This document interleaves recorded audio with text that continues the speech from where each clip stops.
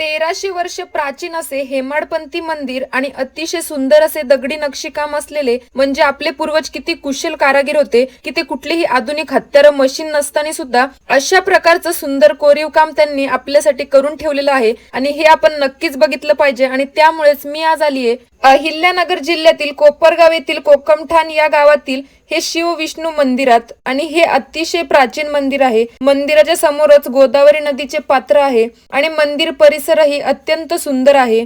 अंतराळ सभा मंडप आणि गर्भगृह अशी मंदिराची पूर्वाभिमुख रचना आहे।